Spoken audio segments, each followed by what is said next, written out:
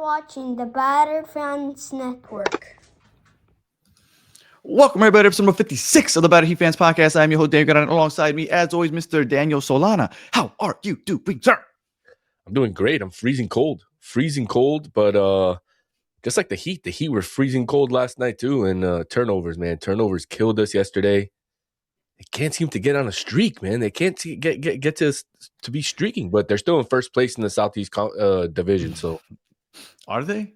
they are. They're tied with Orlando? Yeah. Well, they are about to start streaking. I'm telling you, it's happening. I understand that right now it's not looking good. They're up the competition that's up over the next month. I think the Orlando Magic was like the hardest game they have for a while. They have 3 against the Chicago Bulls, and then you see the Hawks, and it's just they're about to start streaking. Believe it. And the biggest news of yesterday was Giannis, and we're gonna get into that. And I know you saw the thumbnail, and it was a Giannis picture, but we don't want to just skip over this game. We'll touch on this game for a couple minutes, and then we'll get into the real stuff with Giannis. So last night's game, a game of runs. Orlando kind of jumped out at the end of the first quarter. Then the second quarter, they finally put in Khalil Ware. The Heat go on a run, they take a lead, and it's just back and forth. Then the third quarter comes around. What are your thoughts on last night's game?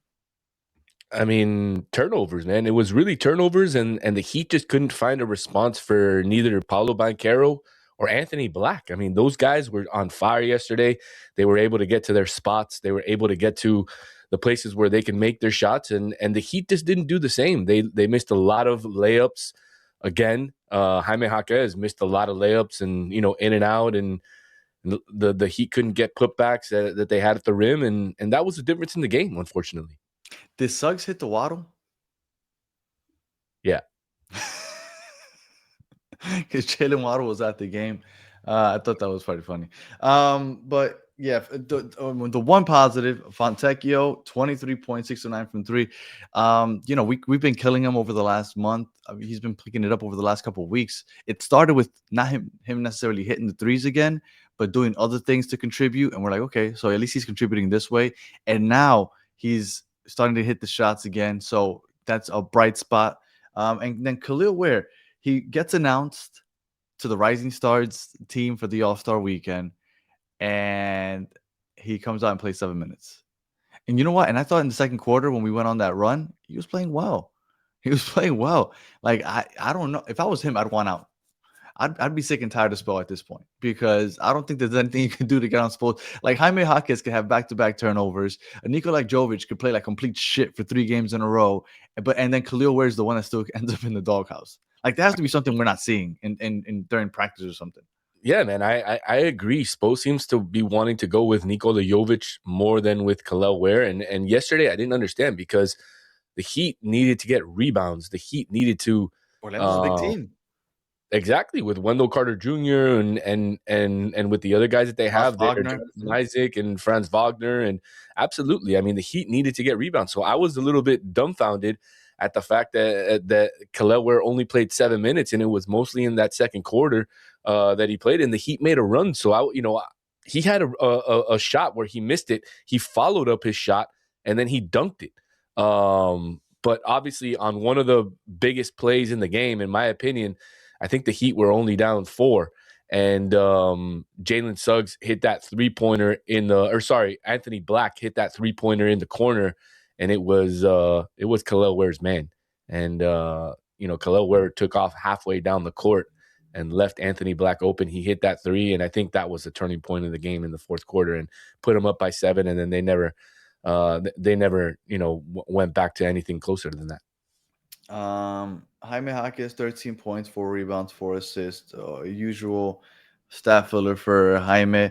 Norman Powell had a decent game, 22 points. But and bam, he keeps putting up 20s, which is what we asked for, right? If you're going to be a max player, give us at least 20. He's doing that, 20 and 12 with 7 assists. But another loss.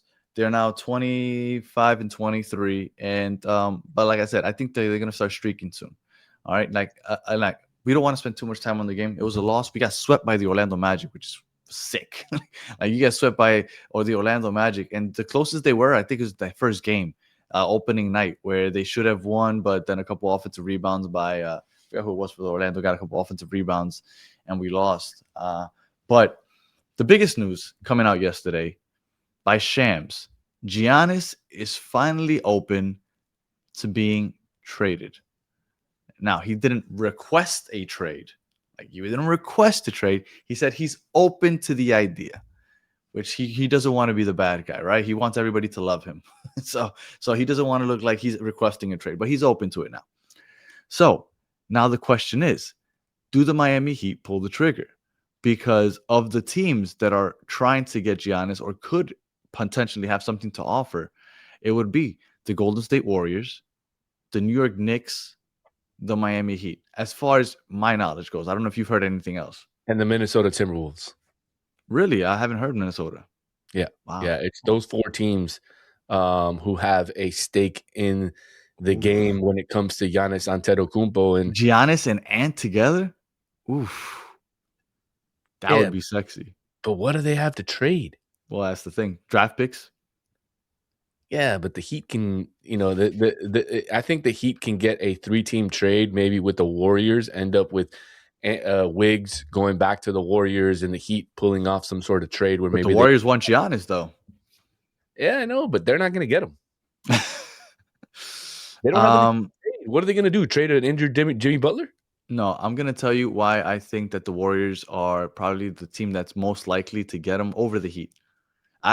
The Knicks want him, and if Giannis pushes that button where, like, I want to be a New York Knick, which he's told some people he wants to play in New York, that could happen also just because he forces the hand. But if he doesn't do that, I think Golden State is the biggest threat to Miami, because the Brooklyn Nets, they have Michael Porter Jr., and they've been talking about sending him to, somewhere else. And Golden State is what Brooklyn Nets want, because Golden State has the draft picks where you assume that Golden State's window is about this big. So they will eventually, in the near future, you would assume, be a lottery team again. So the best draft pick assets that you can get from the teams that you just mentioned is probably Golden State. Because if you get like a 2029, a 2030 draft pick from Golden State, you assume by then maybe Steph Curry will be retired, or Draymond Green won't be. Like that team, I think the window doesn't go to 2030. So I think that if you're looking towards the future and a rebuild, you want a Golden State Warriors draft pick.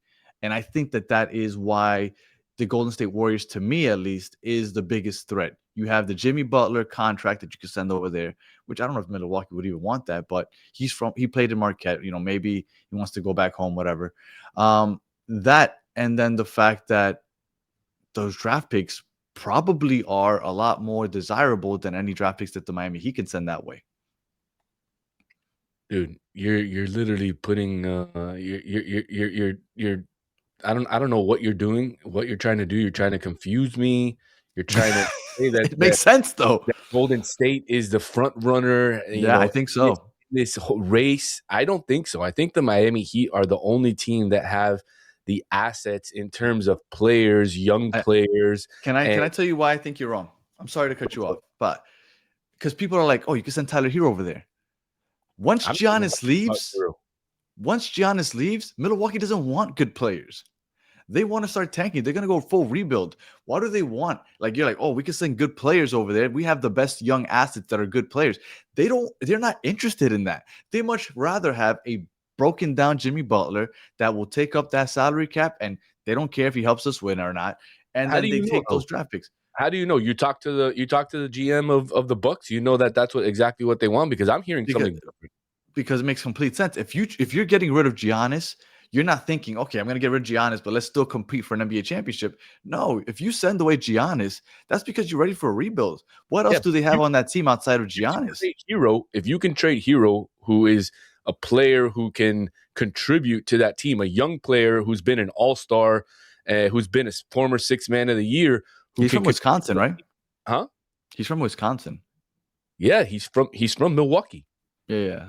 That's the only selling point, I think. Hero, but the Heat also have draft picks. The Heat have a bunch of draft picks that they can send. I believe it's 3 first-rounders that they can send. If they can get another first-rounder for Wiggs, you can trade Wiggs for Kuminga and a first-rounder. Then you have 3 or 4 first-rounders that you can trade in addition to Tyler, in addition to Kel'el Ware, in addition to Kasparis Yakuchonis. All those young players that they have, I still think the Heat are in the lead here when it comes to the Giannis Antetokounmpo sweepstakes. And unfortunately, I don't agree with you. I don't think Golden State is the best place for Giannis. I think a lot of people have come out to say that Miami is the best place for Giannis. Oh, absolutely. No, I'm not saying it's the best. I'm telling you that that's the only thing that I think can compete with the Heat. And look, and again, I reiterate this: unless Giannis tries to force his way to New York, I think the Knicks have no chance because nobody wants Cat. No, nobody wants Karl Anthony Towns. Like nobody wants him. He's a soft player. Nobody wants him. Not even the Knicks want him. So unless Giannis forces it, I think the Heat are the front runners. I'm telling you, the only team I think can compete with them is the Golden State Warriors because they have possible lottery picks to send their way. Because any first round pick that Miami sends to them, I would assume, because Miami never tanks and they would probably be getting better with Giannis, it wouldn't be a lottery pick in the future. It would be a late first round pick. So if you're thinking of rebuilding, you probably want the lottery pick. That's all I'm saying. I'm here playing devil's advocate. I do think the Miami Heat have the best offer because they have the draft picks, obviously. They have Tyler Hero, which you could sell as coming back home. And you have Khalil Ware and Casper Jakachonis, which are literal rookies and second-year players, which you can kind of start building the core around them to start. So, again, don't get me wrong. I don't want this to come off as like I think Golden State has a better offer. I do think that's where you were going with it. Well, I was telling you. I think the listeners I think that too. So make sure you make your point clear. Hopefully they didn't like tune out before they got to this part. I think Miami has the best offer, but I do think that Golden State is a threat because they can send lottery picks. And it's the lottery picks that I think would make it a little more appealing for Golden State. You're banking on Golden State stinking in 2 or 3 years, and if they continue like 4 to years, on their team, then they're not going to stink. So you got to look at it that way as well. You got to look at the fact that Golden State gets Giannis.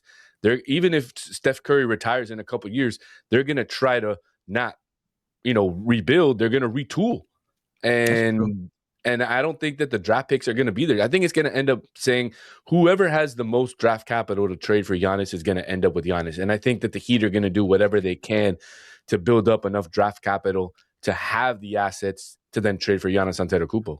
Well, I think that the Heat have the best package by far. They have Khalil Ware, they have Casper, they have Tyler Hero, they have draft picks. Now, if they say, okay, all those things, 3 first-round draft picks, Tyler Hero, Jakachonis, and Khalil Ware, and Jaime, do you do it? Yeah. I think I do also. Because even though I think that's a little overkill, adding Jaime. Yeah. But I'd still do it. Eastern Conference final picture that puts into you into a finals picture. Mm-hmm. Yeah, man, Giannis, a team with Giannis and Bam, is scary, man. Outside of Bam, is there anything that you wouldn't trade? Nope. I don't think so either. So I really hope that Giannis doesn't go ahead and try to force a trade to New York because I think that would really suck. For many reasons, I think that would really suck. But if he doesn't do that, I definitely think that by this time next week, when's the 5th? The 5th is next Thursday? Next Thursday, yes, sir. Yeah. So in 1 week. I think by this time next week, as long as Giannis doesn't force his way to New York and Golden State doesn't come out with like a crazy amount of draft picks sent their way, I think that there's a good chance that Giannis is a Miami Heat next week. Which would be crazy. Look, Giannis he's tired of Milwaukee. Huh? Are you going to buy that jersey? Oh, look, you know how I got my son a Tyler Hero jersey for Christmas? He hasn't worn it. I haven't let him wear it yet. I have the receipt. It's 90 days to return. I've been waiting for the trade deadline to finally take the tags off and let him wear it. If this happens, I'm going to return it and I'm going to get a gift card and I'm going to wait until they have a Giannis jersey at Dick's. I'm just going to buy him the Giannis one. And I'm just going to you got to learn to love it, buddy. You got to learn to pronounce it also. Look, man, why don't you return it? I'll get you one with my season ticket holder discount at the stadium, so you don't have to spend the whole $90 or whatever it is. Gift card. Exactly, and you can get yourself a little something nice at Dick's Sporting Goods instead of getting the Heat jersey. And I'll get the Heat jersey on Thursday when they have it for sale. Dude, for Giannis. I've always wanted to be a Giannis fan because I think he's such a cool character. Like the way his personality and everything. I've always wanted to be a Giannis fan. So I'm excited to have him here if it were to happen. I really am. And he hates it in Milwaukee. Like I know he wants to be the good guy, but did you see his reaction? Like when they were booing the team, and then he had like a and one, and he started like boo boo. Like, yeah, he's getting fed up. He's getting fed up. So Of course. he's ready to go. I really hope it's Miami, man. Because look, Pat likes to drive that hard bargain, and sometimes that works against him, man. Let's stop playing these games. We get that you like to negotiate. Let's just pull the trigger, man. Just make it happen. Yeah, man. Just bring them home, man. Bring them home. There's amazing Greek food in Miami, so I don't know why he wouldn't want to come here. Is there amazing Greek food in Miami? Absolutely, man. I can I'll text you a few restaurants in a little bit. That's interesting. I didn't know. All right. Well, I think that's it. Again, we wanted to talk Giannis, but we didn't want to skip out on last night's loss. But I mean that's it, man. Hopefully, it's finally happening, and that's it. I think this will be the perfect time for it to happen, also, because I've been telling you they're about to go on a streak because the schedule is soft. So add a soft schedule and throw Giannis in there, all of a sudden be like, oh my God, Giannis changed this team so much. It's going to be a combination of things, but regardless, they're about to start streaking. Yeah, remember he's hurt though, so he's going to be out for a few weeks with that strained calf.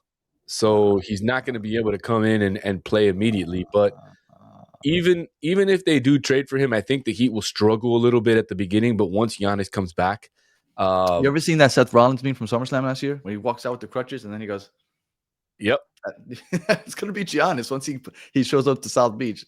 You know, I'm most excited if he comes. I'm most excited to see how the Heat are gonna transition their style into the next Heat style.